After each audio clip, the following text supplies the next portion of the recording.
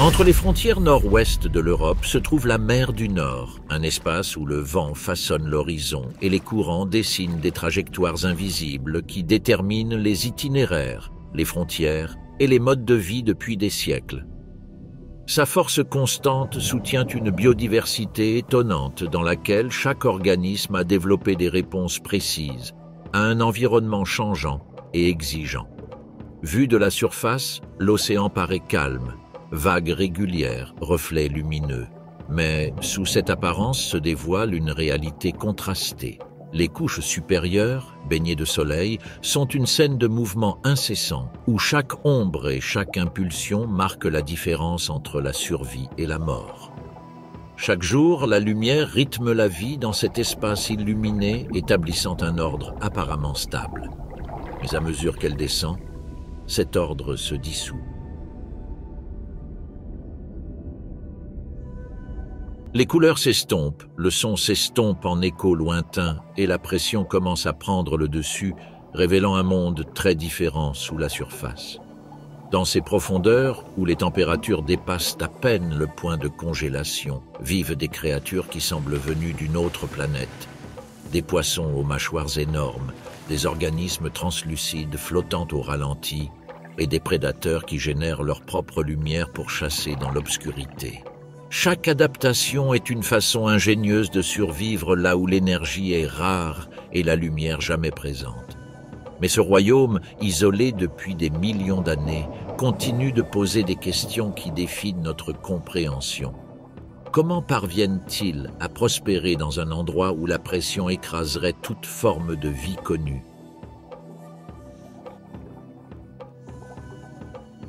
Quels secrets ces profondeurs recèlent-elles sur l'histoire même de la vie sur Terre? Même si ces questions sur les profondeurs peuvent paraître lointaines, la vie dans l'océan est intimement liée à toutes ces couches. Chaque interaction dans les profondeurs influence ce qui se passe à la surface, car les restes de proie qui tombent sous forme de neige marine nourrissent des organismes qui serviront ensuite de nourriture aux prédateurs de la zone éclairée. De cette façon, ce qui se passe dans l'obscurité affecte la lumière, et l'activité à la surface reflète la danse de la vie qui se déroule en dessous. De plus, les mouvements des bancs de poissons à la surface génèrent des motifs qui peuvent être perçus même à des profondeurs de plusieurs mètres. L'obscurité et la lumière, le lent et le rapide, le gigantesque et le minuscule s'entremêlent pour former un seul tissu de vie qui se déploie continuellement de la surface à l'abîme. Dans la zone de lumière, où les rayons du soleil pénètrent le plus fortement, le réseau de la vie dans la mer du Nord commence à révéler ses règles. Les courants marquent les itinéraires naturels et les cycles de lumière et d'obscurité dictent le rythme de l'activité, créant un environnement dans lequel la survie dépend de la précision et du timing de chaque mouvement. Dans ce scénario violent, même une ombre peut décider qui vit et qui est persécuté. Les bancs de poissons réagissent au moindre changement, se pliant et se tordant comme un seul organisme, conscients que chaque courant, chaque éclair de lumière et chaque mouvement de leurs prédateurs peuvent être décisifs. Et là, au milieu du flot des corps et des ombres, les requins apparaissent. Leur progression est silencieuse, presque imperceptible, une glissade calculée qui fend les bancs avec un calme mortel. Chaque mouvement révèle la précision d'un chasseur entraîné, attentif aux moindres signes de vulnérabilité et capable de transformer la moindre opportunité en une attaque mortelle. Leur habileté dirige la prise et façonne simultanément le comportement de tout le banc de poissons, car ils agissent comme de véritables architectes de la peur à chaque mètre d'eau qu'ils parcourent. Cette influence se traduit par des mouvements mesurés. Les requins attendent que les groupes se séparent, conservent leur énergie et attaquent avec précision. Chaque charge combine patience, calcul et réflexes affinés au cours de millions d'années d'adaptation, soutenus par un corps parfaitement adapté à la chasse. Leurs dents et leurs mâchoires sont de véritables armes évolutives, capables de déchirer la chair avec une efficacité maximale. Chaque rangée de dents est constamment remplacée. Lorsqu'une dent est perdue ou usée, une autre prend sa place, garantissant ainsi que les dents soient toujours prêtes à chasser. L'efficacité de la dentition dépend du soutien de la mâchoire robuste et parfaitement articulée, qui équilibre force et vitesse pour immobiliser la proie sans gaspiller d'énergie ni compromettre la stabilité du prédateur. Bien que puissante, la mâchoire seule ne garantit pas le succès. Chaque poussée atteint son véritable potentiel lorsque le requin contrôle chaque mouvement avec précision. Ses nageoires dorsales, pectorales et caudales agissent en parfaite harmonie, lui conférant stabilité, contrôle et maniabilité. La nageoire dorsale maintient l'équilibre et empêche les virages incontrôlés. Les nageoires pectorales ajustent la direction et la profondeur, et la nageoire caudale génère la poussée nécessaire à une accélération ultra rapide. Cette combinaison de force et de contrôle assure non seulement la chasse, mais façonne également le comportement des proies et la répartition des bancs de poissons. Parce que leur vigilance constante oblige les bancs de poissons à se déplacer de manière synchronisée, créant des schémas de mouvement qui s'étendent sur toute la colonne d'eau. Chaque virage, accélération ou rupture du banc déclenche une réaction en chaîne. L'énergie et la tension de chaque organisme s'adaptent aux ordres des requins, maintenant l'équilibre de la surface grâce à cette interaction précise entre le chasseur et sa proie. Ce contrôle environnemental ne se limite pas à la force ou à la vitesse. Pour une chasse efficace et soutenue, le requin a besoin de quelque chose de plus. La capacité de rester inaperçu et caché jusqu'au moment précis de l'attaque. Sa furtivité commence par un camouflage qui se fond avec les teintes de l'eau. La partie dorsale, d'un gris foncé ou presque noir, se fond dans les ombres profondes de l'océan, tandis que la partie ventrale, plus claire et argentée, se fond dans la lumière provenant de la surface. La texture de sa peau et ses subtils motifs d'ombrage contribuent à flouter sa silhouette, empêchant les contours de son corps d'être détectables par sa proie. Ces adaptations permettent à leur présence de passer inaperçues même dans les eaux claires, ou lorsqu'on s'approche sous des angles inattendus, faisant disparaître leur silhouette au milieu de la lumière et de l'ombre, presque comme si la mer les avait complètement absorbés. Cette apparence inaperçue est complétée par une démarche silencieuse capable d'éviter toute turbulence qui pourrait trahir sa présence. Pour que ce mouvement presque invisible soit efficace, le requin doit percevoir avec précision chaque détail de son environnement. Son camouflage et sa mobilité lui confèrent un avantage, mais son succès de chasse dépend aussi d'un autre facteur. Pour rester presque imperceptible à l'approche de sa proie, le requin s'appuie sur un système sensoriel hautement spécialisé.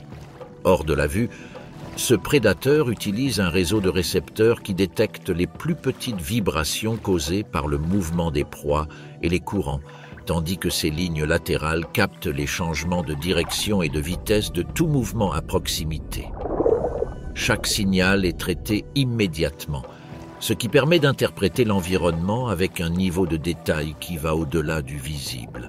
Cette précision sensorielle lui permet de localiser des proies, même dans des conditions de faible visibilité, comme des poissons cachés parmi les rochers, des céphalopodes glissant parmi les algues ou des petits crustacés cherchant un abri. Grâce à cette capacité, le requin peut identifier la position et le comportement de chaque cible sans se fier uniquement à la lumière ou au mouvement évident des bancs de poissons. Toute cette préparation se traduit par un acte d'une extrême précision. La coordination des sens, de l'instinct et de l'anatomie permet de calculer chaque attaque au millimètre près, car la moindre erreur peut signifier la perte d'une occasion de capturer la proie ou un gaspillage d'énergie.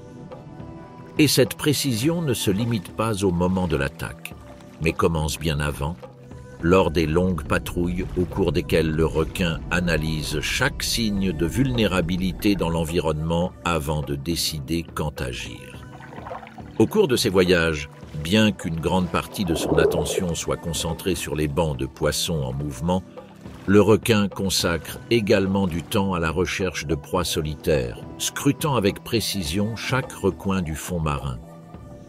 Parmi les fissures et les ondulations du substrat rocheux, un poisson plat reste immobile, essayant de passer inaperçu, tandis que le requin le détecte précisément avant même que sa proie ne soupçonne sa présence. La chasse à ses proies individuelles exige une approche plus subtile. Le requin avance silencieusement, modulant chaque mouvement pour suivre la position de la cible et tirer parti de la direction des courants. Le poisson plat, attentif à un changement subtil dans le courant et les ombres qui l'entourent, sent brièvement la présence du requin et réagit frénétiquement, essayant de s'échapper tandis que le prédateur ajuste sa trajectoire avec une précision presque imperceptible. Pendant un bref instant, le poisson parvient à esquiver une charge partielle, zigzagant à travers les crevasses du substrat rocheux, mais le requin corrige sa trajectoire avec un calme mortel, réduisant la distance avec des mouvements mesurés et silencieux. En un instant, le coup fatal fend l'eau, projetant de fines particules qui enveloppent la scène d'un halo de tension. Un éclair de sang se dissout dans les courants, tandis que le requin capture sa cible, puis disparaît dans l'obscurité, laissant derrière lui un écosystème momentanément secoué mais dynamique, en constante réadaptation. Alors que le requin se retire après avoir sécurisé sa cible, le substrat rocheux est perturbé par le mouvement soudain et les petites créatures à proximité réagissent au changement. La capture du poisson plat crée un vide qui perturbe la disposition des autres proies solitaires, certaines se déplaçant rapidement vers de nouvelles crevasses et d'autres s'arrêtant en alerte. Chaque vibration et chaque ombre transmettent des signaux de danger, réorganisant immédiatement la dynamique du micro-écosystème autour du rocher, montrant comment l'action d'un seul prédateur peut impacter un équilibre délicat de la vie sous la surface.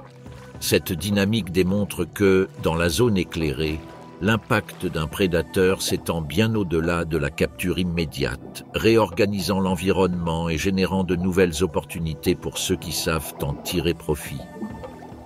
Qui osera s'attaquer à ce chaos nouvellement créé et profiter de la confusion qui se cache sous la surface? Depuis les falaises surplombant la mer du Nord, un groupe de phoques observe attentivement, évaluant les mouvements des requins et la dispersion causée par leur chasse. Ses yeux suivent chaque ondulation et chaque éclair à la surface, mesurant la distance et calculant le moment exact pour agir. Ils estiment que la moindre erreur pourrait signifier manquer l'occasion idéale ou pire, devenir la proie des requins eux-mêmes. Chaque mouvement doit donc être soigneusement calculé avant de prendre la mer. D'une poussée précise, ils jaillissent de la roche et traversent la frontière entre l'air et l'eau, labourant la surface avec une combinaison de force et de délicatesse. Chaque mouvement est calculé instantanément, profitant du vide laissé par l'activité des requins pour capturer des proies à la volée et se retirer avant de s'exposer au danger. La coordination entre la tête, les nageoires et le corps transforme la chasse en un acte d'une efficacité presque chorégraphique, reflétant la façon dont ces spécimens perçoivent et réagissent à chaque opportunité qui se présente dans l'écosystème. Cette précision ne s'obtient pas uniquement par la force, car l'agilité des phoques dépend autant de leur puissance musculaire que de la précision de leur sens. Leur vision, adaptée pour répondre à la fois à la lumière vive et à l'obscurité sous-marine, capture des éclairs de mouvement à la surface et dans les couches les plus superficielles de l'eau, tandis que le toucher de leurs moustaches détecte même les vibrations les plus subtiles, du battement d'ailes d'un poisson au changement de courant lorsqu'un banc commence à se disperser. Chaque détail est interprété en fractions de secondes, et votre réaction est le résultat d'une évolution qui a perfectionné la capacité de frapper avec précision, sans mettre en danger votre propre sécurité. Toute cette précision sensorielle ne se produit cependant pas de manière isolée, car les phoques synchronisent leurs attaques, parfois inconsciemment, avec les mouvements générés par les requins et autres prédateurs. Ils profitent du chaos créé par des attaques ou des virages inattendus, pénétrant dans des bancs fragmentés et sélectionnant des proies abandonnées ou désorientées. La pression qu'ils exercent ne se limite pas à leurs victimes directes. Leur présence modifie la densité et la vitesse des bancs, redistribue les poissons et ouvre des espaces exploitables par d'autres animaux, créant un réseau complexe et dynamique d'interactions. Bien que leur taille ne rivalise pas avec celle des requins, les phoques apportent une dimension différente à l'écosystème. Ils sont des spécialistes de la mobilité et de la stratégie, capables de profiter rapidement de toute opportunité que leur environnement présente. Dans l'équilibre délicat de la surface, leurs manœuvres rappellent que la pression sur la vie ne vient pas toujours du plus grand prédateur, mais de ceux qui savent se déplacer avec ruse et un timing impeccable. Mais malgré leur rapidité et leur précision, les phoques ne maîtrisent pas complètement cette surface éclairée. Chaque rebondissement et chaque attaque de requin leur laisse une marge de manœuvre. Mais cela prouve également qu'il existe un acteur capable de surpasser même ses experts, qui pourrait alors imposer un contrôle absolu sur cet environnement où chaque mouvement est observé, mesuré et exploité. Ce prédateur n'agit pas individuellement. Il organise, coordonne et exécute la chasse avec un niveau de complexité qu'aucun autre spécimen n'atteint. Alors que la pression des requins et des phoques transforme la vie dans la zone de lumière, un architecte encore plus redoutable se prépare à intervenir, redistribuant les rôles, encerclant les proies et exécutant des attaques qui semblent chorégraphiées dans les moindres détails. À la surface apparaît l'orque, un prédateur social qui domine l'environnement grâce à un travail d'équipe impeccable. Chacun de leurs mouvements ne remplace pas les requins ou les phoques, mais s'entremêle à leurs actions, formant un réseau de stratégie qui transforme la colonne illuminée en un espace d'interaction constante. La combinaison de tous ces prédateurs établit un rythme implacable, où le comportement de chaque espèce impacte et s'adapte à celui des autres, générant un flux imparable de tension et de survie. Les bancs de harengs et de maquereaux réagissent immédiatement à cette pression multiple. Ils se déplacent comme des organismes fluides, se pliant, se dilatant et ajustant leur densité et leur vitesse en fonction du prédateur qui approche. Chaque rebondissement reflète avec précision la menace détectée, transformant ses proies en interprètes actifs de la chorégraphie de chasse. Mais l'habileté des orques ne se limite pas à une coordination superficielle. Chaque membre du groupe joue un rôle stratégique. Certains dominent le flanc du banc, tandis que d'autres servent de leurre, attirant les proies vers les zones contrôlées par leurs pairs. La répartition des fonctions n'est pas fixe et s'adapte immédiatement aux réponses des bancs et à la position des requins et des phoques, démontrant un niveau d'intelligence sociale et de flexibilité tactique rarement observé dans le règne animal. Cette précision collective crée un effet domino dans tout l'écosystème. La dispersion soudaine d'un banc de poissons crée des opportunités pour les oiseaux qui capturent des proies en vol, les petits prédateurs qui se cachent dans la confusion, et même les méduses et autres organismes flottants qui se déplacent au gré des courants modifiés par la poursuite. Chaque attaque devient ainsi un déclencheur d'activité et de mouvement qui se propage dans toute la colonne d'eau. Chaque attaque devient ainsi le déclencheur d'une activité qui s'étend à toute la colonne d'eau. Et au milieu de ce chaos contrôlé, les orques ajustent leur stratégie de chasse en fonction de la topographie et des courants locaux, tout en évaluant chaque brèche et chaque variation du terrain.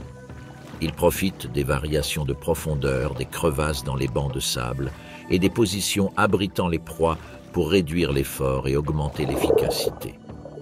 Pour toutes ces raisons, rien n'est laissé au hasard pour eux, car chaque manœuvre naît de l'observation, de l'expérience et de l'interaction constante entre prédateurs et proies. La dynamique entre les requins, les phoques et les orques transforme la surface de la mer du Nord en une scène de tension constante. La compétition pour l'espace et la nourriture force les prédateurs à s'adapter en permanence, tandis que les proies développent des stratégies de défense collective, générant un flux d'actions et de réactions qui ne permet aucune pause. Et comme nous l'avons vu, Cet écosystème n'est pas statique, mais un organisme vivant, où l'énergie circule d'un acteur à l'autre. Et chaque mouvement déclenche des conséquences qui se propagent dans toutes les directions. Alors que la danse du prédateur et de la proie atteint son paroxysme, la zone de lumière se révèle comme un théâtre où la coordination, la ruse et l'anticipation déterminent qui survit et qui est laissé pour compte. Alors que les requins, les phoques et les orques dominent la surface, les couches plus profondes et les eaux intermédiaires de l'océan restent relativement calmes, où la lumière filtre à peine et les mouvements sont lents et calculés. Là se déploient des écosystèmes moins visibles, peuplés d'espèces qui profitent du calme et de la pression pour se déplacer et chasser discrètement. Quelles créatures, adaptées à l'obscurité et à la pression extrême, attendent silencieusement que l'activité de surface crée des opportunités? Et comment réagiront-elles lorsque leur tour de chasse viendra? Entre les courants intermédiaires, un habitant insaisissable se déplace avec des mouvements précis, adaptés à la vie entre la lumière diffuse de la surface et l'obscurité croissante des profondeurs. La nuit, il monte vers des niveaux éclairés pour se nourrir, et à l'aube, il descend vers des niveaux plus sombres, évitant l'attention des plus gros prédateurs. Leur rythme de déplacement établit un lien dynamique entre les différents niveaux océaniques, suivant le flux de zooplancton et de petits poissons, et modulant leur position en fonction de la disponibilité de la nourriture et de la présence de menaces. De cette façon, chaque montée ou descente n'est pas seulement un mouvement individuel. Elle agit comme un moteur silencieux qui relie l'activité des différentes couches, transmettant les changements et ajustant le flux des organismes à son passage. Chaque mouvement du calmar reflète sa maîtrise de l'espace entre les couches, et cette précision s'étend naturellement à ses membres car ses tentacules sont des instruments finement réglés pour détecter et capturer des proies. De plus, ils sont équipés de ventouses sensibles qui détectent les moindres vibrations dans l'eau, leur permettant d'identifier les proies en mouvement sans produire d'ondes perceptibles par les autres prédateurs. Ces capacités sensorielles s'intègrent à la coordination de tout son corps, car les extensions et les contractions de ses tentacules sont calculées et précises, tandis que ces mouvements s'entremêlent avec le courant et la position de ses victimes, faisant de la capture un acte de synchronisation presque chorégraphique. De plus, ses grands yeux adaptables lui permettent d'observer clairement les espaces sombres et très éclairés, ce qui lui donne un avantage dans les environnements où la visibilité fluctue constamment. Sa propulsion est tout aussi étonnante. Grâce à des jets d'eau ciblés, le calmar peut accélérer brusquement, esquiver les menaces ou poursuivre ses proies avec une maniabilité qui défie la plupart de ses rivaux.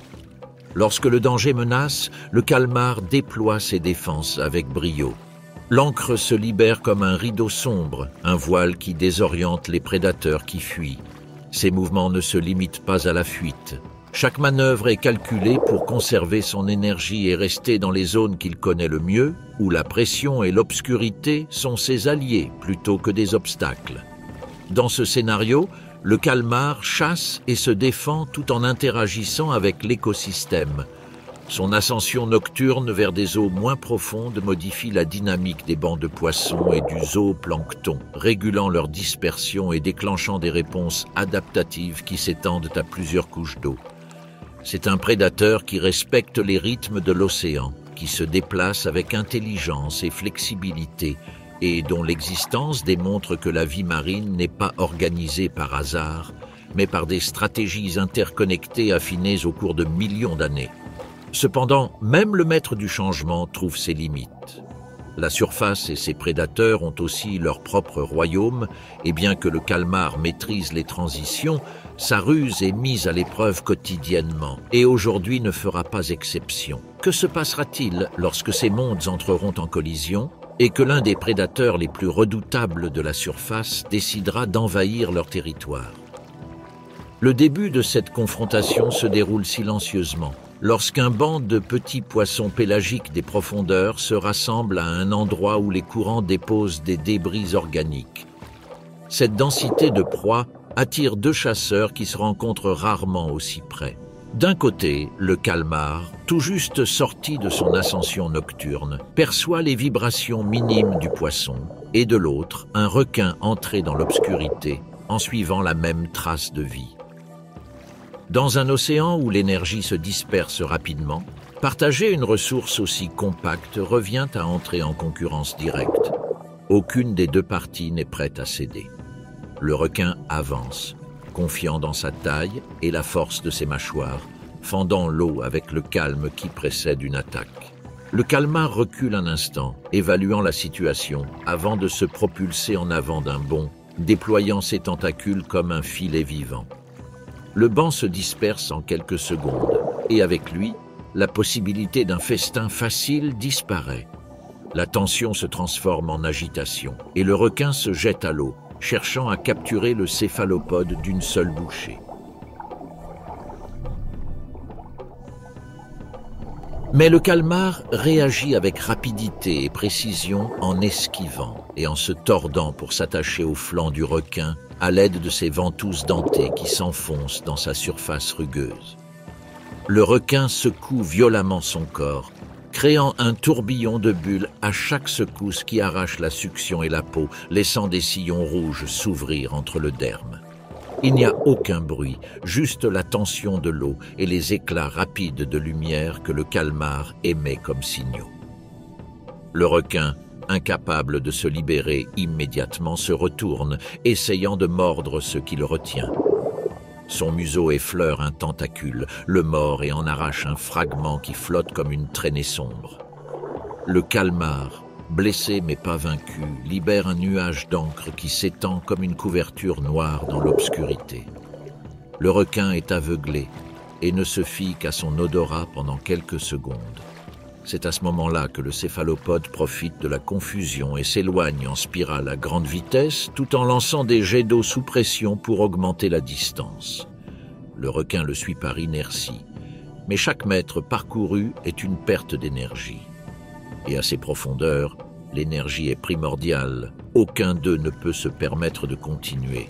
Une victoire signifierait être épuisé et vulnérable aux autres chasseurs. La poursuite est interrompue comme si elle n'avait jamais commencé et le requin réduit sa vitesse, descendant dans un autre couloir d'ombre à la recherche d'une proie plus facile. Le calmar, émettant encore des flashs bioluminescents, plonge dans l'obscurité, portant avec lui les marques de l'affrontement et la certitude que, dans cet océan, la force ne définit pas toujours la hiérarchie. La ruse et l'opportunité pèsent également. Alors que la surface poursuit sa chorégraphie de lumière et de chasse, les conséquences se dévoilent sous les limites de la clarté. Les débris des grandes poursuites au-dessus descendent sous forme de neige marine, une bruine de particules organiques qui nourrit les organismes au crépuscule et, plus bas, sur le fond marin. Que se passe-t-il lorsque nous continuons à descendre, lorsque le bleu devient noir et que la pression nous oblige à réinventer nos corps et nos comportements? Quelle forme de vie ont choisi ce silence perpétuel comme foyer? Et quelles stratégies impossibles ont-elles déployées pour transformer l'inhospitalier en routine? Nous sommes sur le point de franchir le seuil. À partir de là, chaque mètre de descente nous éloigne du familier et nous rapproche d'un monde qui, pendant presque toute notre histoire, a existé invisible. À 200 mètres de profondeur, l'océan cesse d'être un espace familier et la lumière du soleil se dissipe avec la vie telle que nous la connaissons à la surface.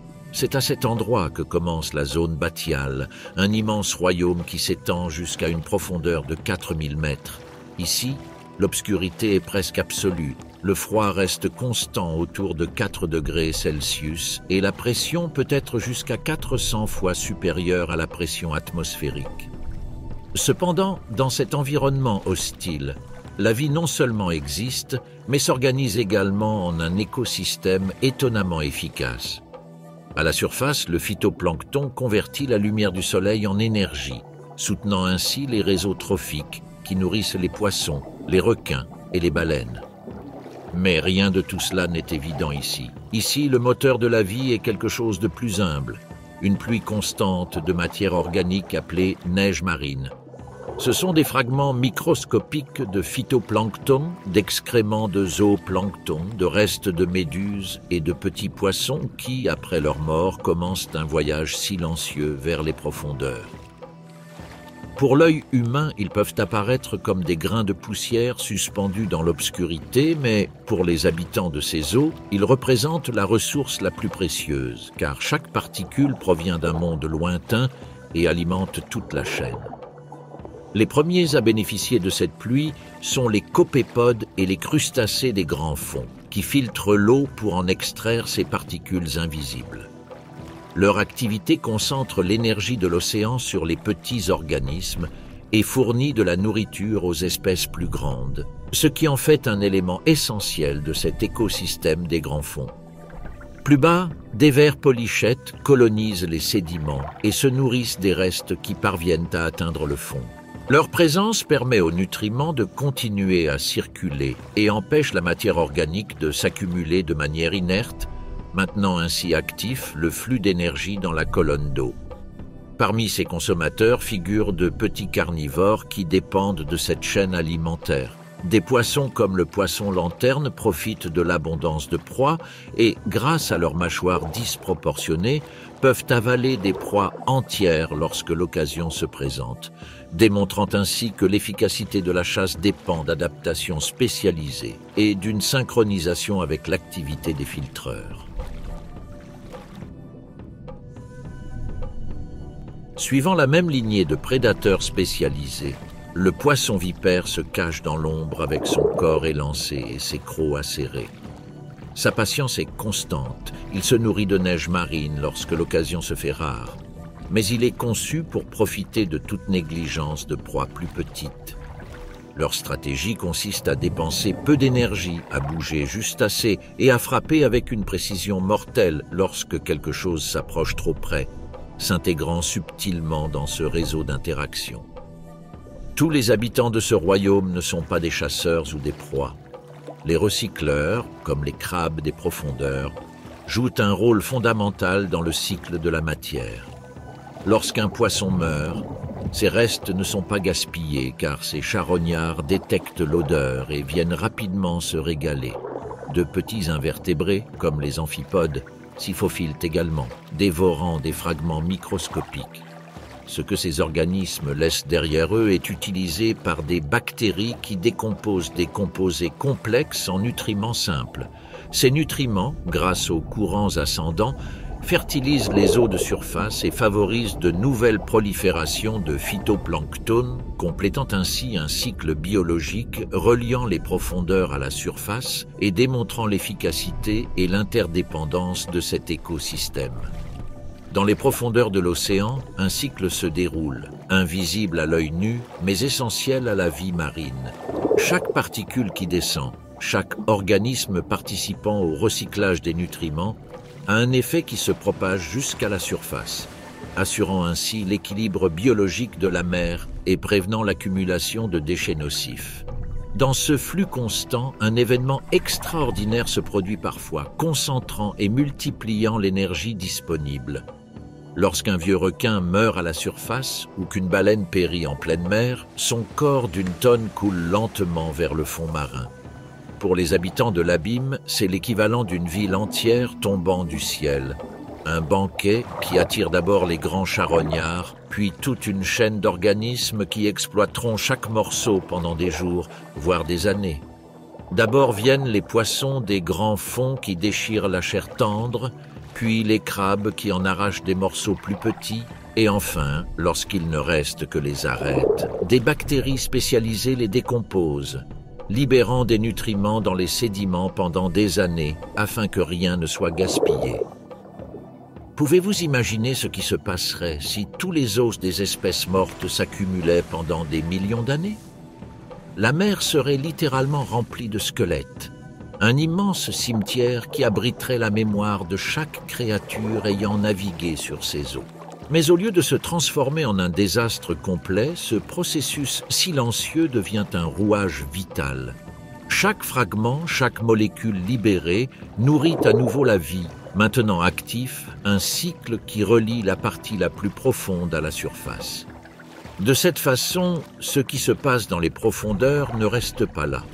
Les nutriments libérés, les particules décomposées et les restes de carbone font partie d'un flux qui transcende l'abîme, atteint les couches supérieures et affecte les processus qui régulent la chimie et la vie de l'océan tout entier. Ainsi, sous sa surface, agitée par les tempêtes et les marées, la mer du Nord préserve un système silencieux qui maintient la stabilité de l'océan mondial. Mais ce calme n'est pas absolu, car dans les ténèbres les plus profondes se meuvent des créatures qui semblent sorties d'un cauchemar. Adaptés à la pression, à l'obscurité et à la pénurie, ils ont développé des formes, des armes et des stratégies qui défient toute logique. À quoi ressemblent ces créatures et comment chassent-elles dans un endroit où il n'y a ni lumière, ni son, ni aucun abri possible? Parmi les ombres, une silhouette commence à prendre forme, allongeant lentement son corps élancé dans l'obscurité absolue.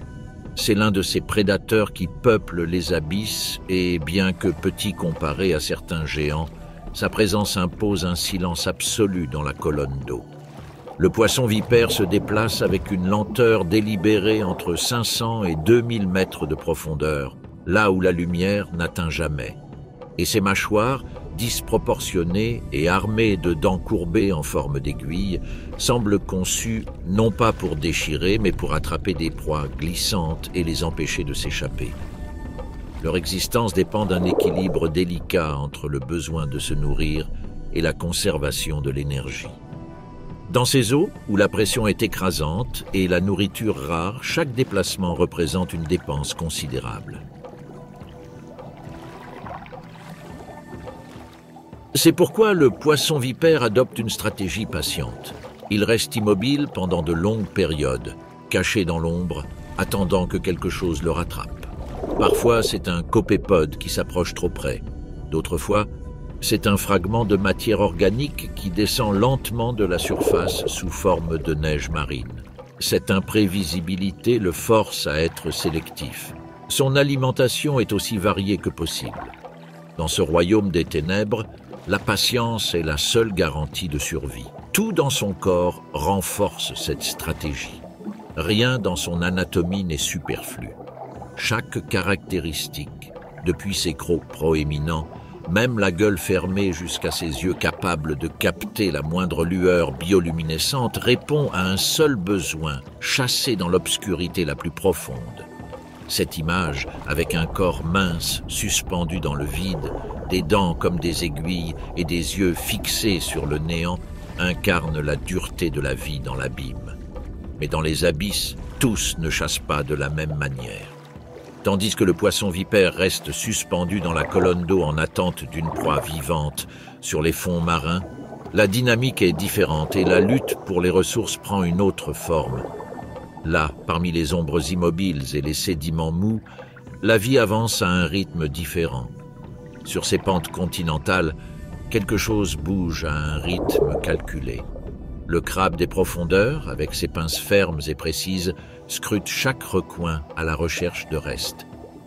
Ce crustacé est un charognard par excellence. Il vit entre 200 et 1000 mètres sous la surface, dans un monde où seules de faibles quantités de matière organique descendent de la surface pour l'atteindre. Pour lui, un morceau de poisson mort, une épine de requin détaché ou encore des flocons compacts de neige marine représentent une opportunité qu'il ne peut pas laisser passer. Son importance réside dans ce qu'il symbolise, le recyclage absolu. Lorsqu'une proie échappe à ses prédateurs, lorsque les restes d'une vie se retrouvent au fond, le crabe est là pour les décomposer et les réintégrer dans le cycle. Il est en compétition avec les vers polychètes et d'autres invertébrés pour les mêmes ressources, créant ainsi un microcosme de lutte silencieuse. Contrairement à l'agressivité du poisson vipère, ce spécimen offre une histoire plus humble, mais tout aussi vitale. Alors que le premier capture une proie en un instant, le second peut mettre des heures à fragmenter une carcasse. Deux stratégies opposées et deux manières de s'adapter à la même loi. Profiter de ce que l'océan offre, car rien n'est garanti. Ses protagonistes nous montrent un fragment de l'équilibre invisible qui soutient la mer du Nord dans ses couches les plus sombres. Mais l'abîme abrite des créatures encore plus étranges, avec des adaptations qui défient la logique et font passer ses premiers acteurs pour de simples apprentis en danger. Quelles autres formes de vie se cachent dans ce royaume sans lumière? À mesure que nous descendons, le silence s'épaissit et la pression transforme l'obscurité en un poids physique. Nous laissons derrière nous la Baudroie, avec sa bouche énorme et sa chasse théâtrale, pour découvrir que tout le monde dans ce royaume n'est pas un prédateur grotesque. Entre 200 et 1000 mètres de profondeur, l'océan abrite l'un de ses voyageurs les plus surprenants, le poisson-lanterne. Ce poisson apparemment sans prétention contient l'un des liens les plus importants entre la surface illuminée et le royaume des ténèbres. Pendant la journée, il reste dans l'ombre, mais à la tombée de la nuit, il monte en masse vers des eaux moins profondes, suivant le plancton qui migre pour se nourrir. Puis, à l'aube, il retourne dans son monde profond, tel un acteur sortant d'une représentation. Ce va-et-vient assure non seulement leur survie, mais transporte également de l'énergie entre les couches de l'océan, permettant à la vie de circuler dans un écosystème où la nourriture est rare. Mais s'il y a quelque chose de plus fascinant que leur routine quotidienne, c'est leur vie intime. Dans un environnement où trouver un partenaire peut être plus difficile que de se nourrir, la reproduction exige des solutions extrêmes.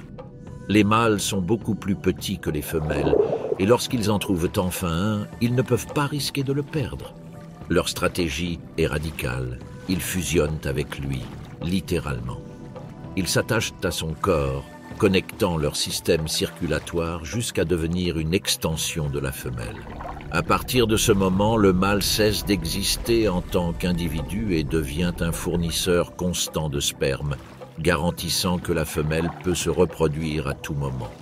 Dans ses profondeurs, l'amour n'est pas du tout un acte romantique, mais plutôt un pacte biologique contre la solitude et la mort. Le petit poisson-lanterne, apparemment fragile, joue également un rôle essentiel dans la chaîne alimentaire. Il sert de proie aux calmars géants, aux poissons vipères et à d'autres créatures que nous avons déjà aperçues lors de notre descente.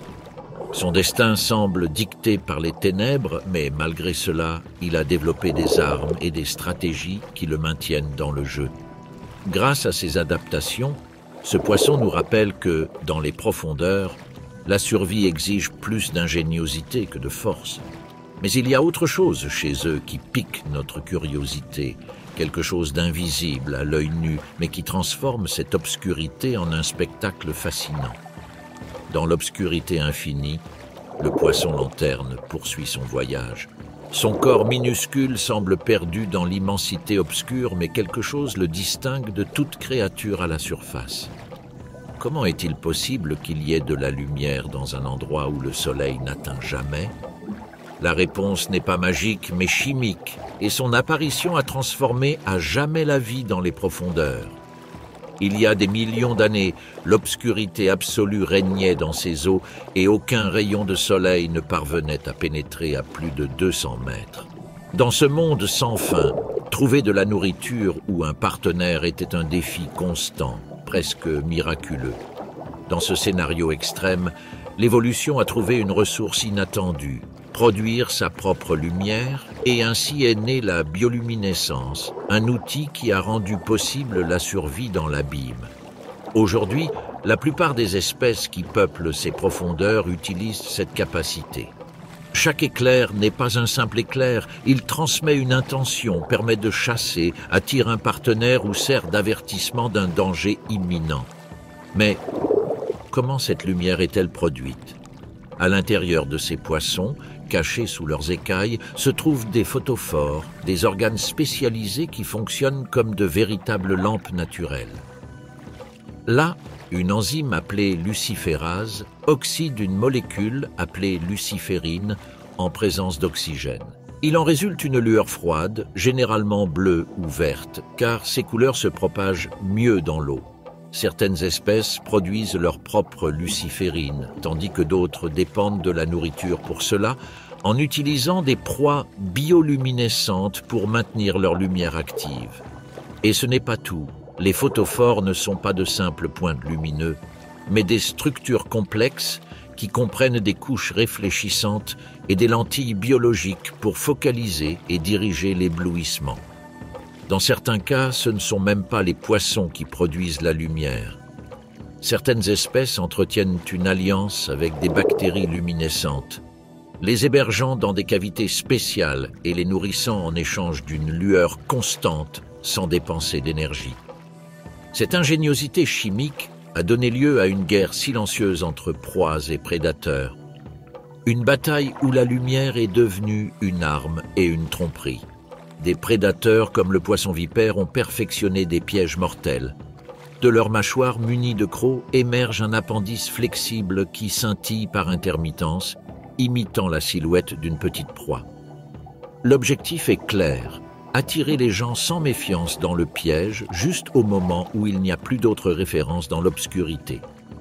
Des espèces comme le poisson lanterne, en revanche, utilisent la lumière à des fins totalement différentes. Leurs lumières clignotantes ne sont pas des leurs, mais plutôt des signaux permettant aux individus de communiquer, de coordonner leurs mouvements en banc ou d'attirer des partenaires dans l'obscurité la plus totale.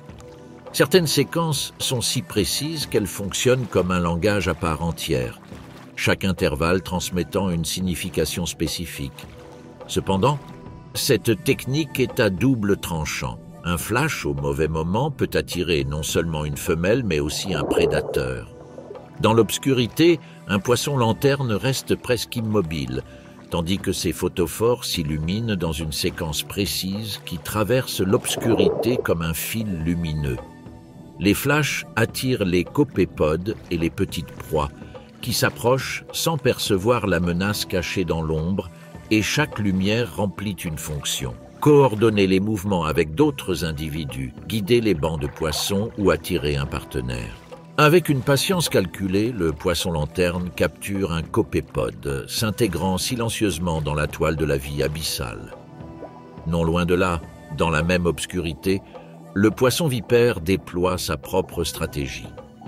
Un filament lumineux imite le mouvement d'un petit poisson sans défense, trompant ainsi ses proies sans méfiance. Chaque éclair agit comme un piège soigneusement conçu. Alors que la victime s'approche sans méfiance, le prédateur lance son attaque avec une précision mortelle, assurant sa survie dans un environnement où chaque décision peut signifier la vie ou la mort. Ce jeu de lumière n'est pas un spectacle aléatoire, mais l'expression d'adaptations profondément ancrées. Dans un monde sans repères visuels, où la nourriture se fait rare et où chaque mouvement exige une dépense énergétique importante, la bioluminescence est devenue un langage universel de l'abîme.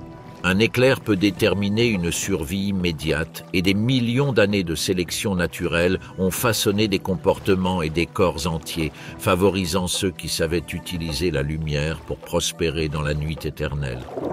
Et pourtant, la lumière n'est pas la seule caractéristique qui a défié notre imagination, car pour survivre ici, il ne suffit pas de briller.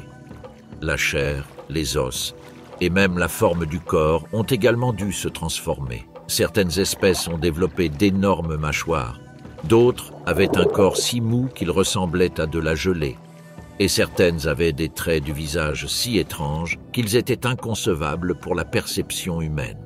Car sur ce terrain, l'obscurité non seulement efface le soleil, mais réécrit aussi l'anatomie. Là où l'océan s'abat avec une force invisible, la vie a appris à abandonner le rigide pour embrasser la douceur. La pression augmente d'environ une atmosphère tous les 10 mètres de profondeur, et dans la zone batiale, cette force s'accumule jusqu'à atteindre des centaines d'atmosphères. Sous un tel poids, les structures rigides telles que les os ou les chambres remplies d'air seraient incapables de le supporter. Elles se fractureraient, s'effondreraient ou cesseraient de fonctionner. La réponse évolutive fut simple et radicale. L'abandon de la rigidité et la répartition de la pression par des tissus élastiques, des corps gélatineux et des organes compressibles ont permis aux organismes de s'adapter à cet environnement extrême. C'est ainsi qu'ont vu le jour les formes qui nous semblent aujourd'hui surnaturelles. Prenons le poisson visqueux comme symbole. À première vue, sa chair flasque semble être un échec de la sélection naturelle, une créature maltraitée. Mais en réalité, c'est la solution idéale. Son corps mou, d'une densité légèrement inférieure à celle de l'eau, lui permet de maintenir sa flottabilité sans dépenser d'énergie, flottant comme un sac dans les courants lents tout en filtrant ou en absorbant les restes de neige de la mer. Dépourvu de vessie natatoire, le poisson visqueux évite le risque de compression. Sa chair gélatineuse répartit uniformément la pression et sa peau agit comme un tissu de soutien plutôt que comme une armure. Il s'agit d'une anatomie conçue pour résister à la compression et non pour la défier. Cette même logique explique pourquoi, à des profondeurs plus importantes, les formes de vie deviennent plus nombreuses. La pénurie de nourriture pousse la sélection vers des organes qui multiplient les possibilités de capture. Si la nourriture est inhabituelle, la bouche doit pouvoir avaler tout ce qu'elle trouve, quelle que soit sa taille ou sa rareté. C'est là qu'entrent en jeu des bouches extensibles et des estomacs élastiques, des adaptations qui permettent à des animaux comme les poissons visqueux ou la baudroie des grands fonds d'avaler des proies disproportionnées. Les dents du poisson vipère ou la mâchoire de l'anguille hirondelle sont des extrêmes d'une même stratégie. Maximiser toute opportunité d'alimentation. Quand la nourriture apparaît, il faut en profiter sans hésiter. La pression favorise également la perte de squelettes denses et l'atrophie des structures dépendantes de l'air. De nombreux vertébrés des grands fonds marins possèdent un squelette moins calcifié, composé principalement de cartilage ou de tissus mous qui remplacent l'os à la surface. Les concombres de mer, les méduses et de nombreuses éponges prospèrent grâce à leur structure gélatineuse qui se déforme sans se rompre sous la pression. En pratique, la molécule qui maintient la vie dans les profondeurs est l'élasticité et non la dureté. L'adaptation à une pression extrême ne suffisait pas à elle seule. Dans un environnement où la nourriture était rare, l'évolution a favorisé le développement de membres sensoriels et d'organes hypertrophiés, augmentant la probabilité de trouver et de capturer des proies. Des yeux énormes capables de capter le moindre clignement, des moustaches sensorielles qui détectent la moindre vibration, des appendices qui fonctionnent comme des leurres. Le poisson lanterne, en plus de son rôle dans la bioluminescence, présente des mâchoires et des dents qui ressemblent à des exagérations disproportionnées, conçues pour saisir et tenir. C'est la règle de l'abîme. Quand la proie est rare, l'outil de capture doit être exagéré. Les métabolismes s'adaptent également. Le manque d'oxygène et de nourriture impose des rythmes lents. De nombreux habitants des batiales réduisent leur métabolisme au minimum, se déplaçant lentement pour économiser les calories. La croissance est lente, la reproduction sporadique et la longévité généralement plus longue. Ce rythme lent permet d'investir dans des structures coûteuses comme des estomacs extensibles ou des tissus spécialisés, car les dépenses quotidiennes sont maîtrisées. D'un point de vue historique, ces formes ne sont pas apparues du jour au lendemain. L'occupation stable des profondeurs a commencé il y a des dizaines de millions d'années. Les archives fossiles et les reconstructions phylogénétiques indiquent qu'au cours du Crétacé supérieur, il y a environ 100 millions d'années, certaines lignées marines ont commencé à explorer des niches plus fraîches et plus profondes à mesure que les conditions de surface changeaient. C'est là que, dans la stabilité thermique et la constance environnementale relative des fonds marins, les conditions d'une évolution lente et cumulative ont été créées. Ce que nous voyons aujourd'hui est le résultat de cette expérience prolongée. Des générations et des générations perfectionnent l'inimaginable. Tout dans ce paysage n'est pas réduction ou perte. La profondeur fonctionne aussi comme un atelier d'invention où l'évolution a exploré des solutions uniques. Des appendices luminescents leur permettent de communiquer ou d'attirer des proies. Des estomacs en forme de soufflet stockent toute opportunité de nourriture. Des corps translucides rendent leur silhouette difficile à distinguer pour les prédateurs visuels et des organes remplis de lipides assurent la flottabilité sans risque de compression. Même les textures de la chair présentent des adaptations surprenantes à la vie dans les abysses. Gel et réseaux de collagène sont répartis dans tout le corps comme des amortisseurs naturels, absorbant la pression qui, autrement, endommagerait les organes internes. Les tissus ont remplacé les bulles de gaz par des sacs remplis de lipides, leur permettant de maintenir leur flottabilité sans risquer de s'effondrer sous des tonnes de pression. Les muscles, quant à eux, travaillent lentement et régulièrement, optimisant chaque mouvement et garantissant que l'animal puisse réagir avec précision lorsque des opportunités ou des menaces se présentent. Ces adaptations sont évidentes dans la vie quotidienne des abysses. Un poisson visqueux flotte dans les sédiments tel un sac pâle, son corps gélatineux ondulant doucement au gré du courant, insensible à la pression. À quelques mètres, un poisson lanterne avance silencieusement, sa silhouette soulignée de rangées d'organes luminescents, ses dents acérées, attendant de se refermer sur toute proie qui s'approcherait trop près. Un concombre de mer nage sur le fond marin, pompant les sédiments et recyclant les nutriments qui nourrissent les autres organismes de l'écosystème. Au même moment, une méduse descend lentement, tentacules déployés, sa forme translucide et flexible s'adaptant à la pression et lui permettant de se déplacer sans dommage. Chaque créature démontre comment des millions d'années d'évolution ont affiné son anatomie et son comportement pour faire face à la combinaison de la pression, de la pénurie de nourriture et de l'absence totale de lumière. Ces créatures ne sont pas des échecs naturels, ce sont des solutions extrêmes, des histoires d'adaptation où la rareté est un avantage. Chaque forme grotesque ou apparemment déformée est, en réalité, un triomphe de l'ingénierie biologique dans des conditions qui défient l'intuition humaine. Et quand on regarde ces chiffres, la question qui se pose n'est pas de savoir comment ils ont survécu, mais comment ils ont perfectionné des tactiques aussi spécialisées. Car l'histoire de ces espèces ne se résume pas à une adaptation passive. Certaines ont transformé ces raretés en véritables armes de chasse. Quel dispositif l'évolution a-t-elle conçu pour chasser dans un silence absolu et quelle forme de violence se cache dans l'obscurité ? Dans l'obscurité absolue, où le silence semble solide et le froid gèle le moindre mouvement, il y a des yeux qui regardent et attendent. Ici, rien ne bouge au hasard. Chaque créature évalue constamment son environnement. Chaque vibration dans l'eau, chaque minuscule éclair de bioluminescence peut décider de la vie ou de la mort. Et la vigilance est aussi cruciale que la patience. Dans ce royaume profond, la survie a laissé derrière elle les règles superficielles. L'obscurité n'est pas un refuge, mais un terrain de chasse où chaque prédateur a développé des outils précis pour capturer tout ce qui ose croiser son chemin. Quiconque décide d'attaquer le fait avec une précision chirurgicale et une erreur ne se paie pas par la faim, mais par la mort.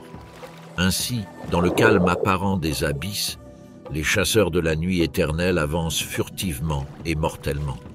Une minuscule lumière flotte au fond de l'océan, si faible qu'elle semble impossible à détecter.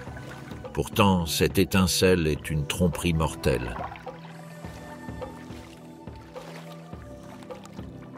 Il est porté par la baudroie des profondeurs, un prédateur qui reste immobile pendant de longues périodes, alliant patience et stratégie pour rendre chaque mouvement mortel. Sur son front, un filament bioluminescent scintille à la cadence exacte d'une créature sans défense, attirant dans le piège les proies sans méfiance. À l'approche de sa proie, le prédateur calcule le moment idéal.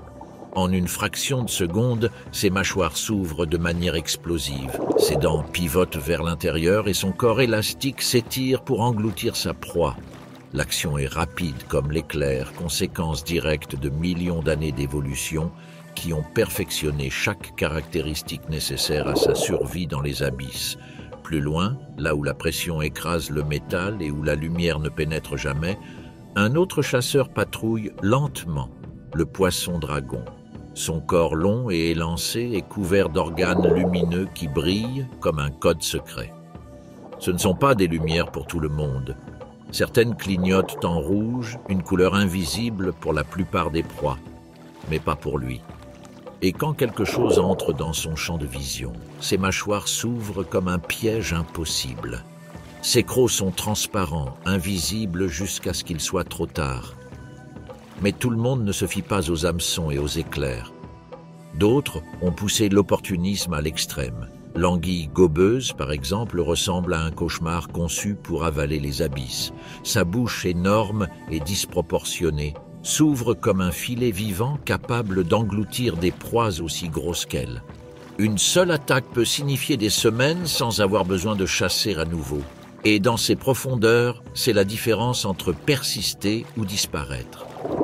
Dans ce scénario, l'obscurité n'est pas un vide. C'est une toile où la vie dessine des stratégies inimaginables. Bioluminescence trompeuse, bouche qui s'ouvre comme des gouffres, mâchoires repliables, corps conçu pour un seul mouvement parfait. Ici, la violence n'est pas constante, mais lorsqu'elle survient, elle est absolue. Un éclair, une vibration, et le calme revient comme si de rien n'était. Seule l'ombre du chasseur demeure, attendant la prochaine occasion.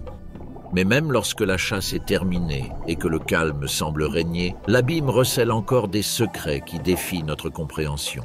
Alors que les prédateurs dominent avec une précision absolue, de vastes étendues restent hors de portée humaine, protégées par une obscurité totale et une pression écrasante. Seuls ceux qui sont capables de défier ces conditions pourront entrevoir ce qui se passe au-delà des limites de notre perception.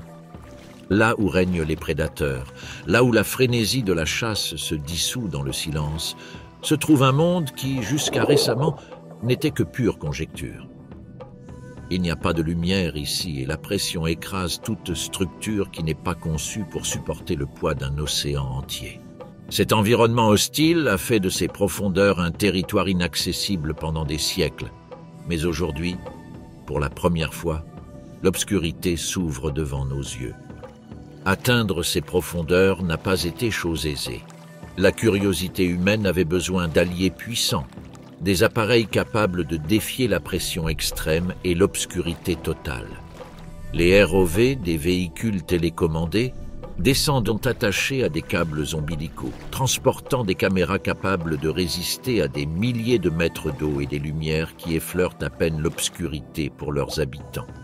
Certains submersibles habités, véritables sphères blindées de titane, peuvent résister à plus de 1000 atmosphères, permettant ainsi aux humains de traverser des territoires qui, pendant des siècles, n'existaient que sur des cartes et des conjectures.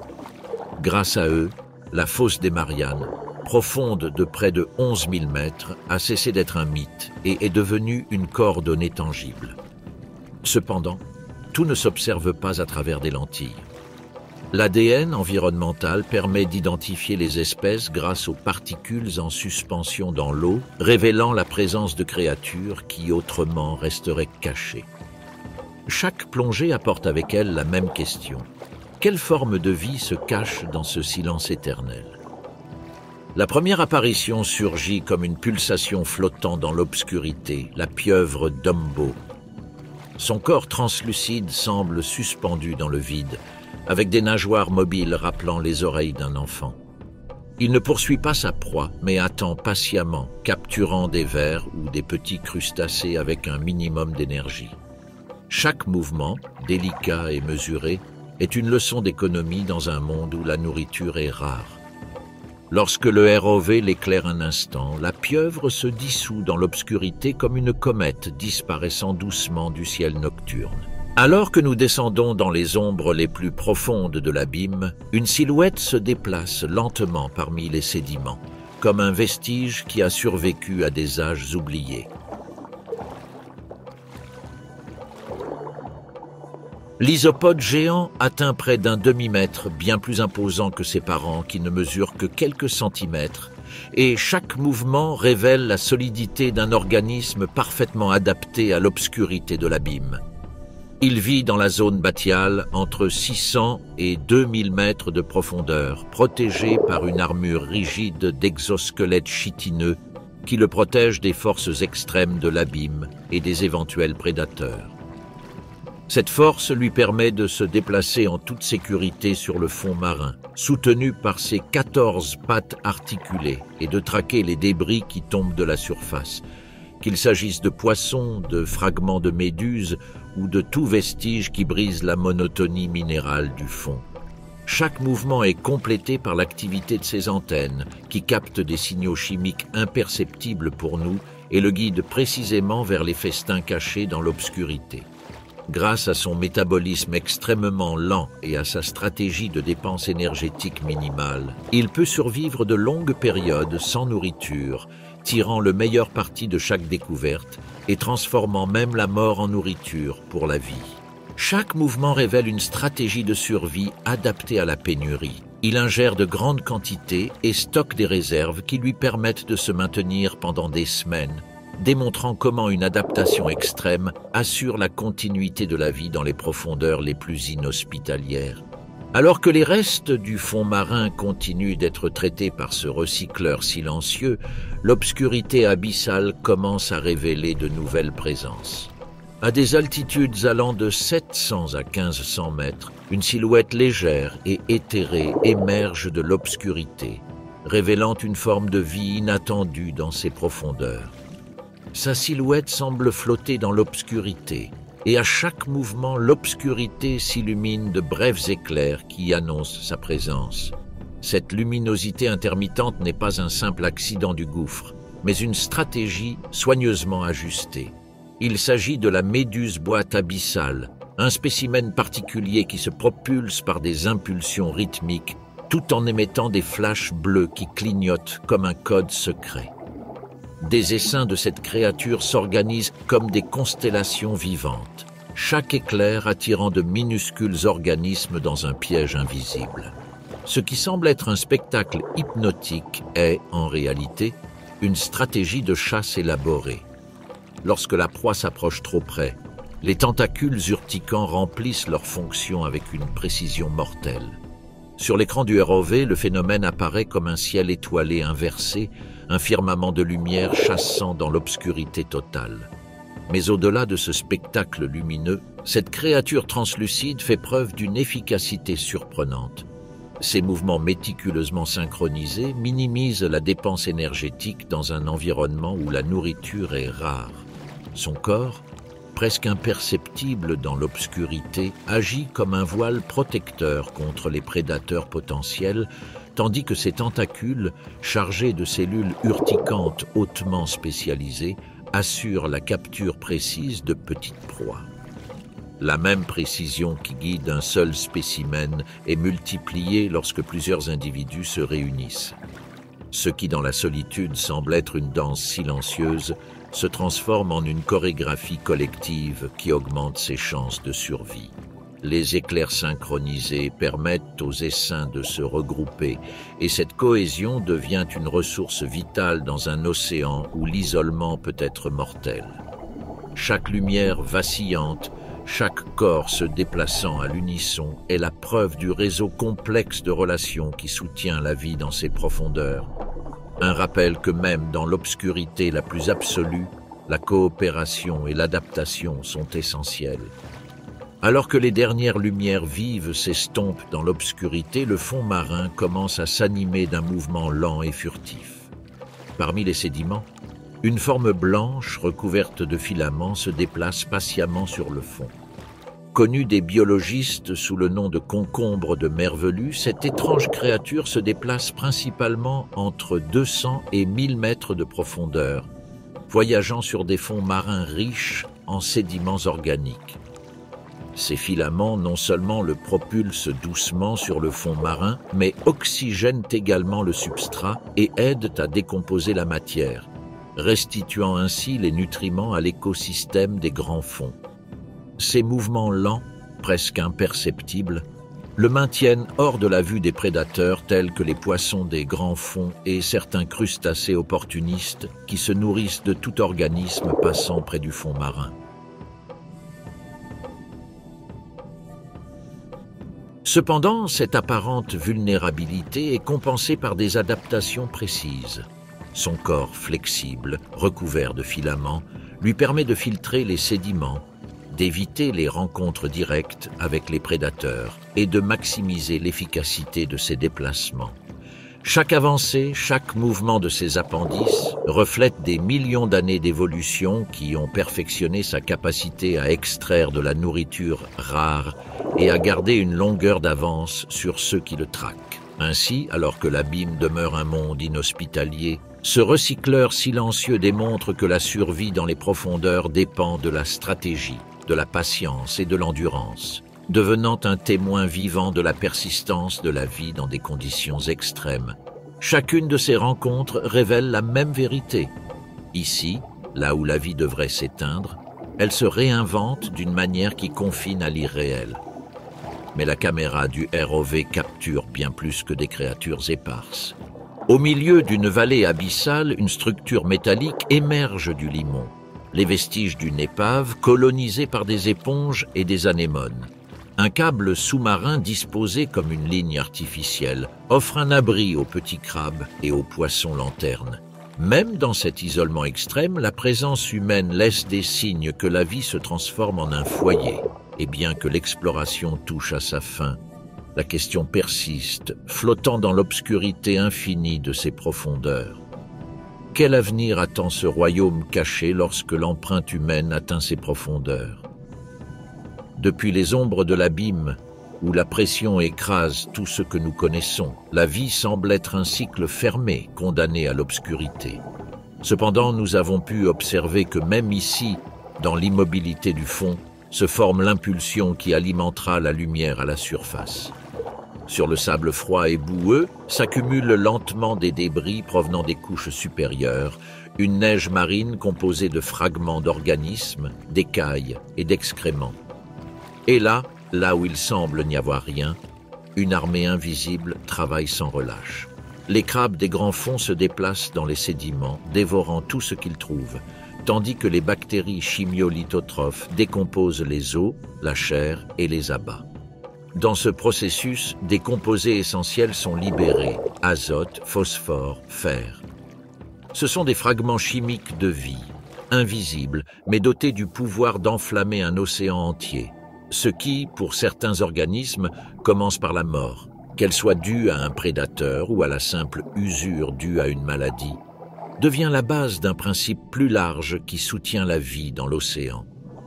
De cet héritage invisible, les nutriments libérés ne restent pas immobiles sur le fond marin. Lentement, les courants froids provenant de la zone batiale les collectent et entament une remontée imperceptible. L'eau, chargée d'énergie vitale, avance comme un fleuve silencieux vers la surface, poussée par les remontées d'eau qui dominent des régions comme la mer du Nord. Pendant des jours qui se transforment en semaines, ces courants emportent les richesses cachées, renvoyant à l'océan ouvert ce qui a été généré dans l'obscurité. Lorsque la lumière du soleil arrive enfin, la mer se transforme complètement et à la surface, la réaction est immédiate. Des organismes végétaux microscopiques, le phytoplancton, se multiplient frénétiquement, teintant les eaux de verre. À chaque explosion de vie, une réaction en chaîne s'enclenche. Le phytoplancton capte la lumière du soleil et le carbone et libère en retour de l'oxygène au point de produire près de la moitié de ce que nous respirons sur la planète. Mais leur mission dans ce cycle ne s'arrête pas là car chaque cellule est de la nourriture pour le zooplancton, comme les minuscules copépodes qui soutiennent silencieusement des millions de créatures.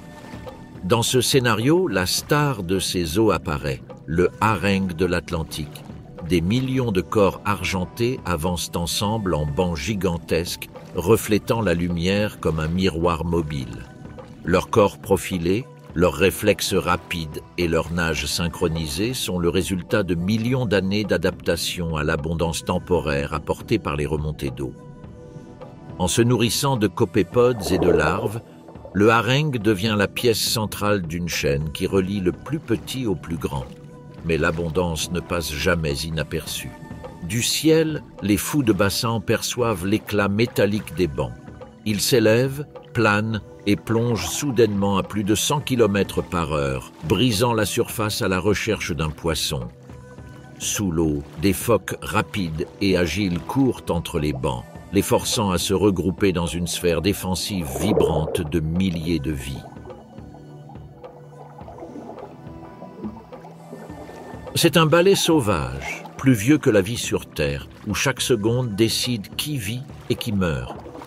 Et puis, des profondeurs, l'ombre d'un géant surgit.